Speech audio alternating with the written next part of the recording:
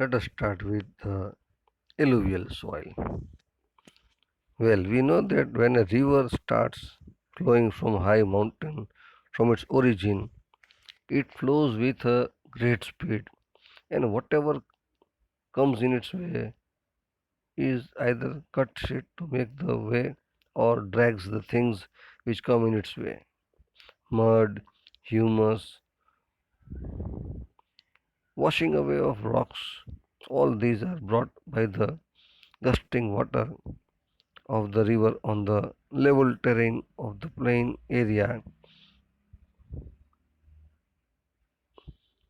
The speed decreases of the water and so it deposits all the materials on the plain surface. These deposits are full of alluvium, so the soil formed due to this process is known as alluvial soil.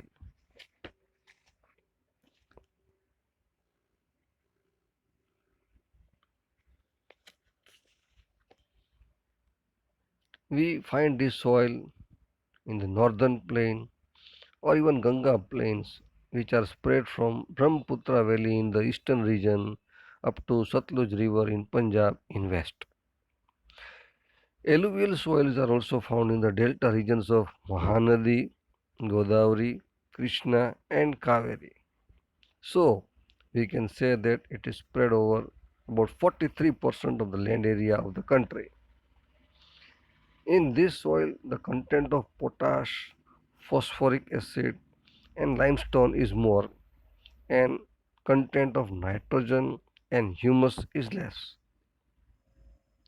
The crops which you can cultivate from this soil are wheat, paddy, sugarcane, jute, cotton, maize, oilseeds, etc. Red soil.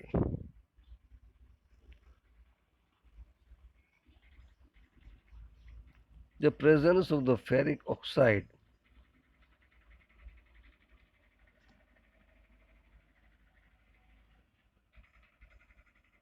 turns the soil into red color. But as we go deeper, this soil appears yellowish.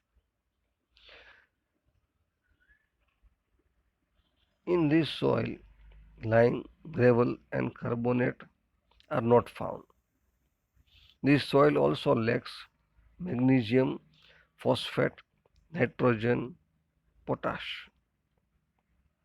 The crops which can be grown are millet, cotton, wheat, jowar, linseed, groundnut, potato, etc.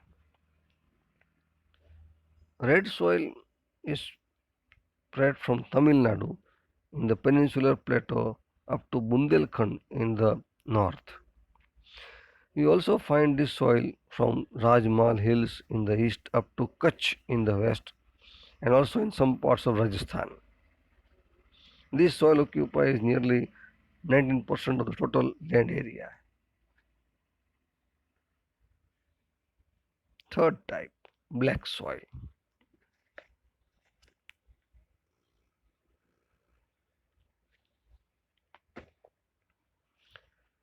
Formation of black soil is responsible due to important role played by lava rocks and climate. Black soil was formed due to spreading of Deccan lava. In this soil, there is more proportion of iron, lime, and calcium, potash, aluminium, and magnesium carbonate. So, black soil is considered to be fertile up to a larger extent. This soil also has the capacity to retain moisture for a long time. But as the soil dries up, fissures or cracks develop. Black soil is also known as regur soil or black cotton soil. Black soil covers nearly 15% of the total land area. The places where we find this soil are entire Maharashtra, Western Madhya Pradesh, Andhra Pradesh, and certain parts of Karnataka. In our state Gujarat, this soil is found in the districts of Surat, Bharuch, Narmada, Vadodara, Tapi, and Dang. The crops which can be grown are cotton, linseed, mustard, groundnut, tobacco, and urad. Laterite soil. The name laterite only is derived from the Latin word later, meaning a brick.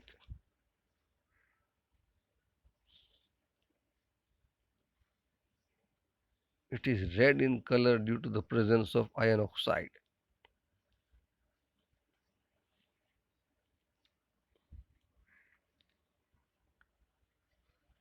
Laterite soil contains iron, potash, and aluminium in more amount. This soil develops in areas with high temperature and heavy rainfall. In India, laterite soil covers nearly 10% of the total land area.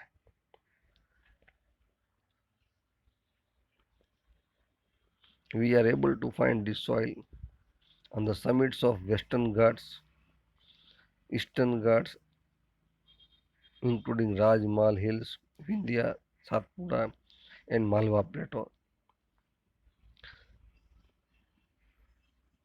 southern parts of Maharashtra, Karnataka, Andhra Pradesh, West Bengal, Orissa, Jharkhand, Kerala.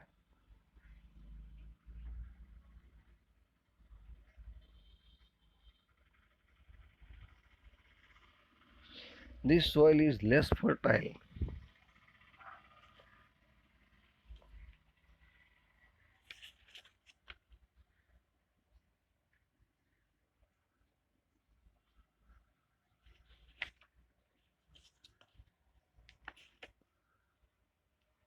but crops like cotton, paddy, ragi, sugarcane, tea, coffee, cashew nuts, etc. can be grown if the use of fertilizers is made. Desert soil.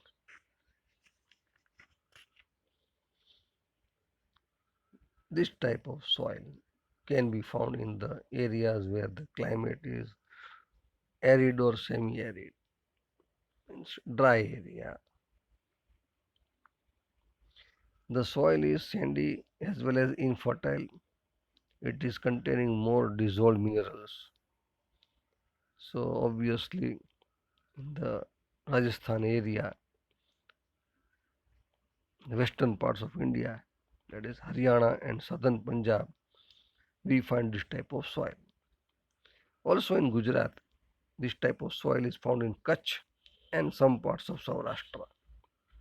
If irrigation facilities are provided, then crops like millet and jowar can be cultivated. Mountain soil. We find this soil in the valley and slopey regions of Himalayas at a height of about 2,700 to 3,000 meters. But the layer is very thin and also it is underdeveloped. So we find this soil in Assam, Darjeeling, Uttarakhand, Himachal Pradesh, and Kashmir.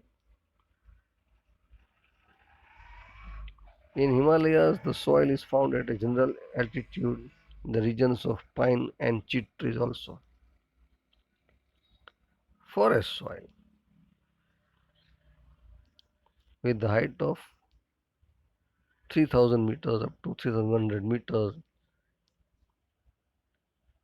in the coniferous forest of Himalaya, Sahyadri, Eastern Ghats, and Tarai region of Himalaya, we find this type of soil. As the surface of the earth is covered by the shaded leaves of the trees and the upper part of the land becomes black due to the increase in the humus caused due to the decaying leaves, it changes into blue or red color while going down. Crops like tea, coffee, spices, wheat, maize, barley, paddy, etc.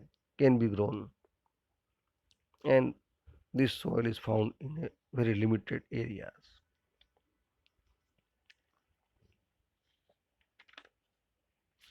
Marshy or peaty soil. These are soils with large amount of organic matter and considerable amount of soluble salts. The most humid regions have this type of soil. This type of soils are black, heavy, and highly acidic, but they lack potash and phosphate.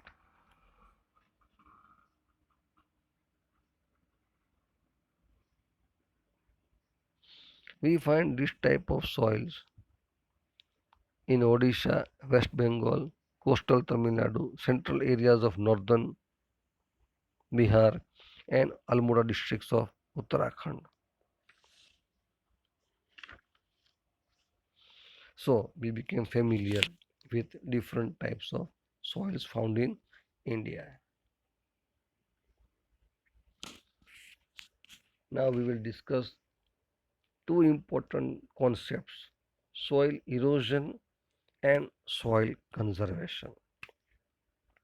In the previous part of the chapter, we saw that the formation of soil has taken millions of years. But at the same time, due to the washing away or denudation process, this soil also get eroded. In simple terms, erosion means transportation of the land particles from one place to another with the help of two natural factors, wind and water.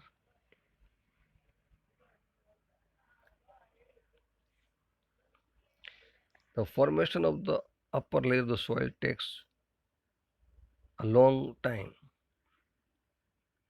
and if these particles are carried away because of the heavy rain or by stormy wind, the agricultural production decreases. So it becomes very important and extremely necessary to maintain this upper layer so that the agricultural activities can be continued. And so soil erosion should be prevented as far as possible. The measures to prevent soil erosion: we have to control the grazing activity on the land area. Trees should be planted in contour method in the slopy regions. Also, trees should be planted in the fallow land.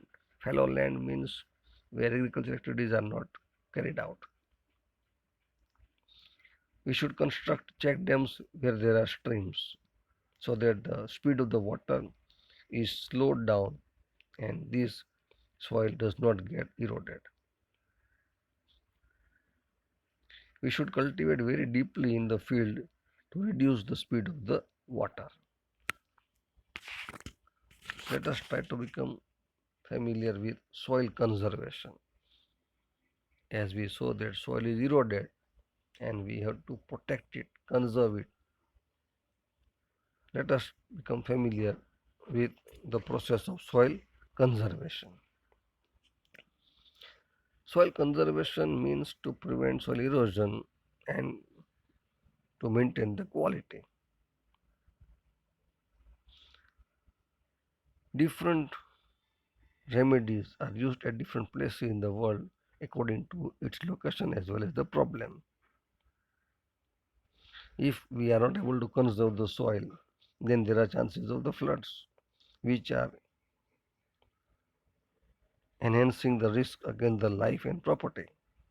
So, soil conservation is very, very important and very much necessary also. What are the remedies of soil conservation? The roots of the trees in forest cover hold up the soil particles. So we should plant more and more trees in the river gorges and on the mountain slopes. Also, a series of trees should be grown near a desert region so as to prevent the winds with more velocity, which will stop carrying away the sand particles from one place to another, from dry area to the rich soil area. The river flood should be controlled by diverting their flow in other rivers or in dry river beds. The unrestricted pasturing of the animals will be loosen the soil layer of the mountain, and so it should be prevented up to some extent.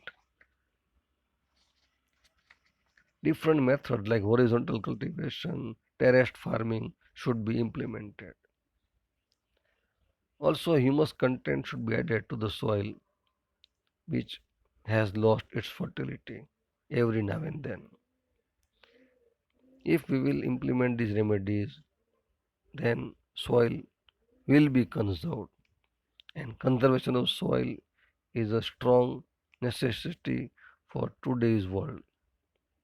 The government, the society, and the people will have to work together unitedly for soil conservation process. So we end this chapter here.